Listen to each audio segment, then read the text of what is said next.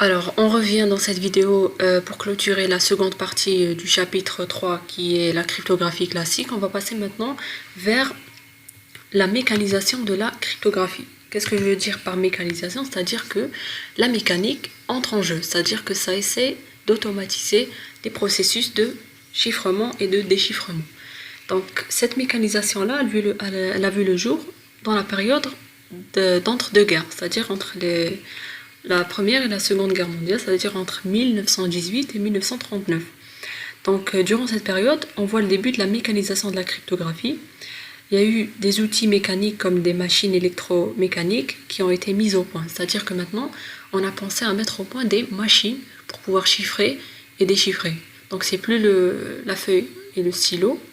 Ça repose toujours sur des lettres. Donc, on n'est pas au point, on n'est pas encore à la cryptographie moderne, on est toujours dans la cryptographie classique, mais là, on essaye quand même d'automatiser les processus en utilisant des machines mécaniques. Ces machines mécaniques, elles reposent sur le concept de rotor. Donc, comme vous voyez dans l'image, voici l'illustration de trois rotors. Ça, c'est un rotor, ça, c'est un deuxième, et ça, c'est un troisième. Le rotor, qu'est-ce qu'il fait? Il fait une correspondance entre une lettre et une autre. Donc, R correspond à H, et là, H va correspondre à A. Donc, dans le tout, R va correspondre à ce qui est en sortie ici. Donc, on ne le voit pas. Un rotor, le principe aussi, c'est que à chaque fois qu'on chiffre, il tourne. Donc, le rotor, c'est un dispositif qui permet de bouger. Il n'est pas statique. Voilà. Donc, les machines qui vont permettre d'automatiser les processus de cryptographie sont à base de rotor. Donc ça permet, comme j'ai dit, d'automatiser les chiffrements classiques, comme Wigner par exemple.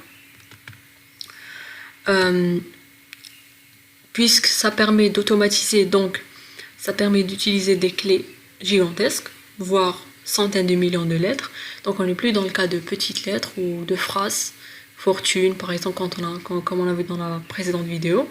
Mais là c'est des clés qui sont gigantesques. Donc ça va jusqu'à des centaines de millions de lettres. C'est quelque chose d'inimaginable, mais c'est la machine qui va faire tous les calculs nécessaires.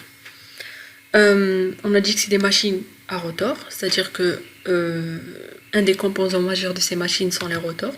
Un rotor, c'est un dispositif qui contient un câblage interne qui transforme la lettre entrée en une autre. Comme ici, S devient un I, T devient un J, etc. Donc, si on utilise un seul rotor, on aura uniquement une seule correspondance, donc ça sera plus facile à casser. Mais si on met au point plusieurs rotors, donc on aura plus de possibilités. Si on a plus de possibilités, on a encore plus de complexité pour casser la machine. Alors, comme j'ai dit, ces machines à rotor-là, elles étaient utilisées dans la période de la Première et la Seconde Guerre mondiale. Durant cette période, le monde entier était en guerre. Il y avait les nazis et les alliés.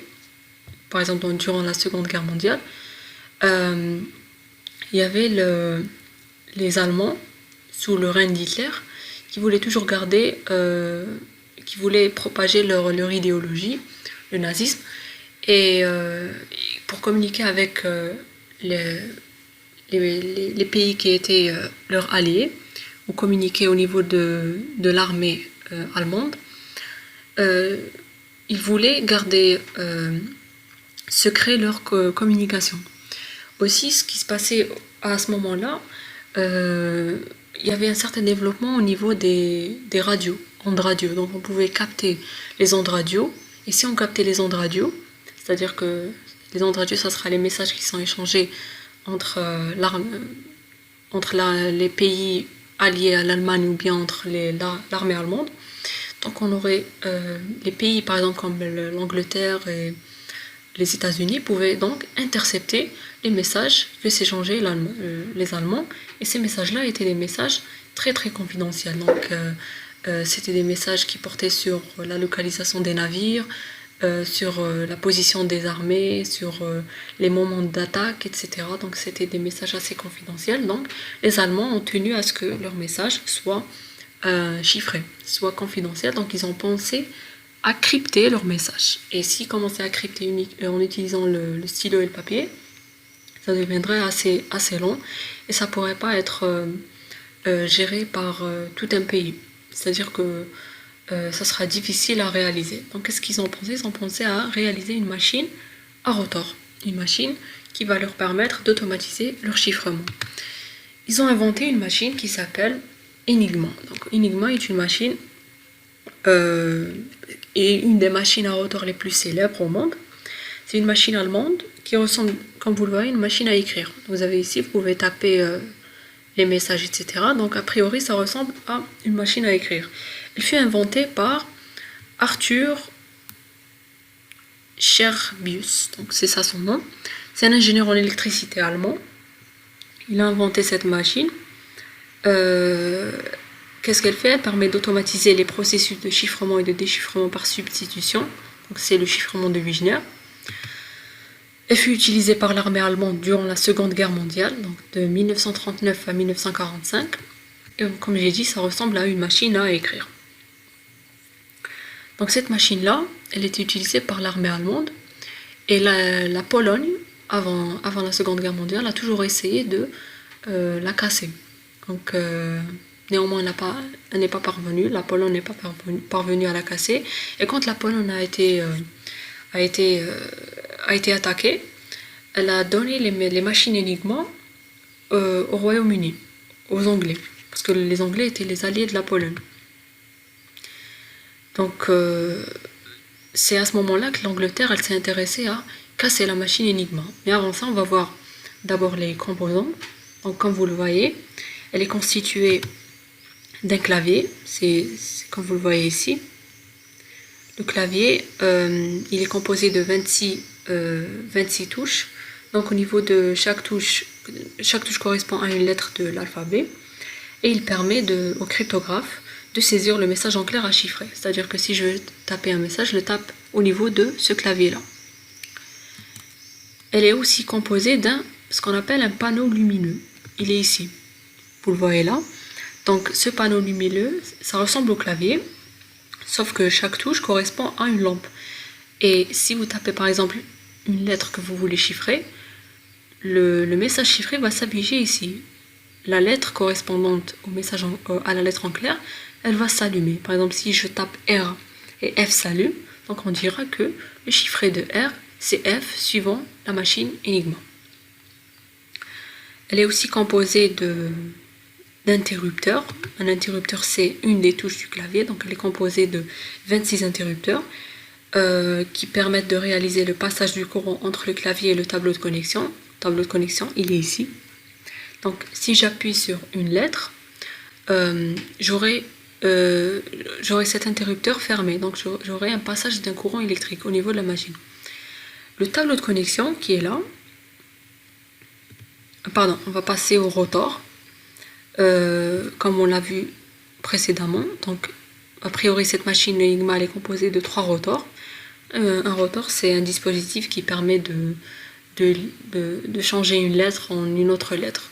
Donc je ne vais pas aussi rentrer dans les détails, mais une des caractéristiques du rotor, c'est que à chaque fois que je tape une lettre, il va bouger. Et s'il bouge, ça veut dire que la prochaine lettre, elle sera chiffrée d'une autre manière. Si par exemple je chiffre V, si je tape sur V, ça me donne la lettre G correspondante. Qu'est-ce qui va se passer? Mon rotor, il va tourner. Si je retape une seconde fois sur V, ça va me donner une autre lettre. Pourquoi? Parce que mon rotor a tourné, donc la correspondance, elle n'est plus la même. Donc F ne correspond plus à V. Voilà, à V. Donc il correspond par exemple à une autre lettre. Donc c'est là où réside la force d'Enigma. C'est-à-dire que cette correspondance-là, elle change. Donc ça se passe au niveau du premier rotor. Dès que le rotor il fait un tour, c'est-à-dire qu'il tourne 26 fois, puisqu'il est constitué de 26 lettres, c'est le second rotor qui bouge d'un cran. Et si le deuxième rotor il bouge de 26 crans, c'est le troisième rotor qui va bouger d'un cran, etc. Néanmoins, certaines machines Enigma elles étaient composées de plus de 3 rotors. Il y avait certaines qui étaient composées de 4, de 5. Donc plus il y a de rotors, et plus la machine elle est sécurisée. Donc parmi les machines les plus difficiles à casser étaient les machines qui possédaient 5 rotors. On a, comme j'ai dit avant, le tableau de connexion, il est ici. Donc il permet de transformer une lettre en entrée en une autre lettre de manière automatique. le tableau de connexion, il est fait pour rendre difficile le cassage. C'est-à-dire que si je tape N, par exemple, et si je mets en correspondance N avec R, donc j'aurai la lettre utilisée au niveau de la machine, la lettre R. Néanmoins, j'ai tapé la lettre N. Donc ça permet de changer quelques lettres. Au niveau d'Enigma, on a uniquement 6 fiches, comme vous les voyez là, et chaque fiche, elle peut correspondre 2 lettres. Donc, c'est-à-dire que j'ai 12 lettres que je peux interchanger. Et ce changement-là, il va permettre de rendre le cassage plus difficile. Donc voici les composants d'une machine standard Enigma. Maintenant, on va voir comment elle fonctionne. Pour chiffrer un message, on tape une lettre à chiffrer au niveau du clavier. Il y aura une lettre du panneau lumineux qui va s'allumer, ça sera la lettre chiffrée, ça sera la lettre cryptée si on veut. On a le rotor qui est le plus à droite, il va avancer d'un cran à chaque fois que je tape une lettre. Et à chaque fois que je tape 26 fois la lettre, c'est-à-dire que quand ce rotor il va faire un tour, ça sera le second rotor qui va avancer. Et pour que le troisième rotor avance, il faudra que j'avance 26 à la puissance 2 fois, pour que le troisième rotor avance uniquement d'un cran. Comme j'ai dit, certaines énigmes avaient 3, 4 ou bien 5 rotors. Celle qui avait 5 rotors, c'était l'énigma navale. Donc les Allemands, ce qu'ils ont fait, ils ont mis à disposition plusieurs types d'énigmes pour rendre le cassage plus difficile. C'est-à-dire que si je casse l'énigma aérienne, c'est-à-dire ce sera les échanges uniquement concernant les avions, je ne pourrai pas casser tout le système. Je pourrais casser uniquement l'aérien, mais le naval va rester protégé. Le terrestre, ils ont divisé différentes machines Enigma pour différents secteurs, pour rendre le cassage complet plus difficile. Donc les cryptographes en Angleterre, ils ont commencé par casser les machines Enigma qui avaient 3 rotors, parce qu'elles étaient plus faciles. 5 rotors, c'était plus difficile. Chaque rotor en plus accroîtrait le nombre de clés d'un facteur de 26, c'est-à-dire que j'aurai 26 fois plus à la puissance de possibilités. Donc plus j'ajoute un rotor, plus j'ai énormément de possibilités de clés. Le tableau de connexion, on a dit qu'il permet d'échanger 12 lettres via 6 fils. Donc tout ça, c'est-à-dire le nombre de rotors, l'ordre des rotors, c'est-à-dire que des fois, je me dis que c'est ça le premier qui va tourner. Or, je peux programmer le premier rotor qui tourne, ça sera le deuxième, puis le premier, puis le troisième. Donc, je peux changer l'ordre. Donc, si je change l'ordre, j'aurai encore plus de possibilités. Et je change la position initiale des rotors. C'est-à-dire que je mets par exemple première position J, H, M, F. Je peux mettre d'autres positions. Donc, tout ça, donc le nombre, l'ordre et la position des rotors, plus le branchement des connexions au niveau du tableau de connexion, augmente de manière considérable le nombre de possibilités. Donc les possibilités augmentent en utilisant tous ces facteurs. Aussi, ce qui est bien concernant la machine Enigma, c'est que même si vous avez en possession une machine Enigma, donc même si l'Angleterre avait en possession la machine des Allemands, elle ne pouvait pas déchiffrer les messages à moins qu'elle ait les configurations d'Enigma. C'est-à-dire qu'elle doit avoir l'ordre des rotors, elle doit les connaître, elle doit connaître la position des rotors, elle doit connaître les branchements pour pouvoir déchiffrer les messages qu'elle intercepte. Pourquoi ? Parce que si on change ces paramètres-là, j'aurai d'autres messages chiffrés au lieu des premiers. C'est-à-dire que chaque configuration d'Enigma, elle permet d'avoir des messages chiffrés différents. Si je change par exemple une seule position, si je change uniquement un seul ordre, si je change uniquement un seul branchement, j'aurai une nouvelle manière de chiffrer. Donc c'est là où résidait la sécurité d'Enigma. C'est que même si vous possédez la machine, vous ne pouvez pas déchiffrer à moins que vous ayez les réglages. Et ce que faisaient les Allemands, ils changeaient les réglages toutes les 24 heures à minuit. Toutes les 24 heures, ils changeaient ces paramètres-là, l'ordre, la position, le branchement, etc. Ils les changeaient. Pourquoi ? Même s'il y a des personnes qui essayent de casser la machine, c'est-à-dire qu'ils essaient de retrouver le réglage. Si on laisse les mêmes réglages tout au long de la guerre, ils vont parvenir par trouver les réglages. Pourquoi? Parce qu'ils ne changent pas. Mais si je les change tous les jours, c'est-à-dire que tous les calculs qu'ils font pendant la journée, ils ne vont servir à rien le lendemain. Il faudra recommencer à zéro. Donc voilà pourquoi la machine Enigma était considérée à cette époque-là comme inviolable, incassable. Donc, ce qu'a fait le gouvernement le gouvernement britannique, ils ont essayé de trouver un moyen de la casser. Donc, ils ont recruté une certaine équipe composée de mathématiciens, composée de linguistes. Donc, l'armée allemande, elle pensait que casser Enigma veut dire connaître la langue allemande, parce que les messages déjà que chiffraient les Allemands étaient en allemand. Donc, l'armée pensait qu'il fallait être bon en allemand pour pouvoir déchiffrer. Elle a même fait recours à des littéraires. Elle a fait recours à des littéraires plus qu'à des mathématiciens. Mais l'armée se trompait. Pourquoi? Parce que casser cette machine revenait à résoudre un problème ou bien un casse-tête mathématique. Donc, parmi les mathématiciens qu'elle a recrutés, on a le fameux Alan Turing. Donc, c'est ce mathématicien-là qui a pu casser Enigma. Alan Turing, c'est un mathématicien et un cryptanalyste britannique qui est parvenu à casser Enigma. Donc, il était à Cambridge. Il était professeur de mathématiques à Cambridge.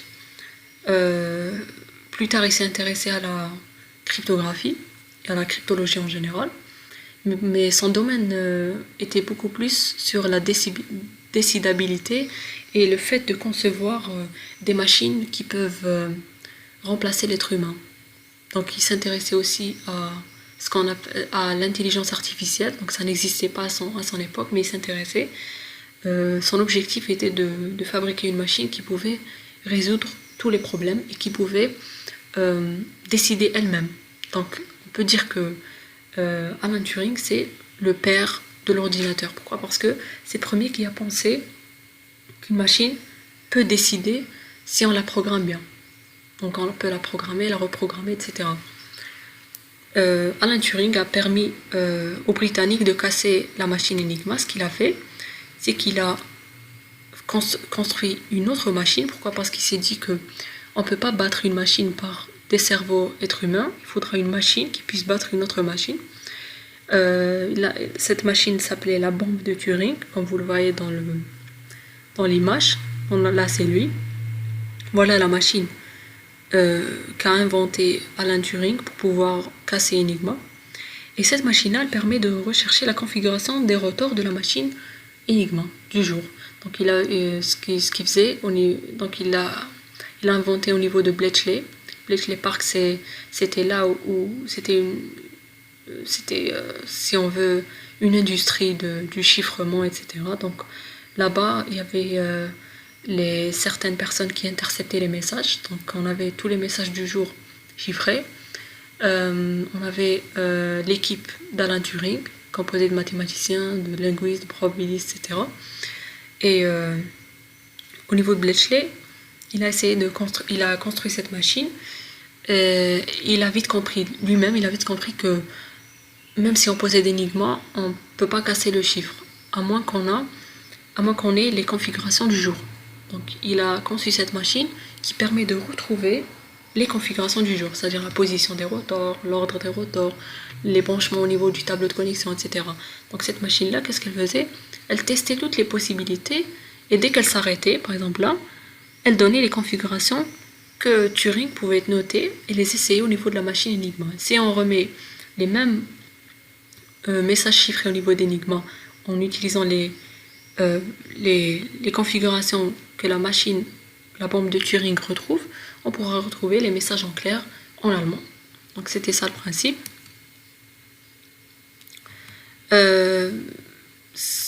Donc quand Alan Turing a pu casser le chiffrement d'Enigma, donc la Grande-Bretagne était en mesure d'avoir tous les messages allemands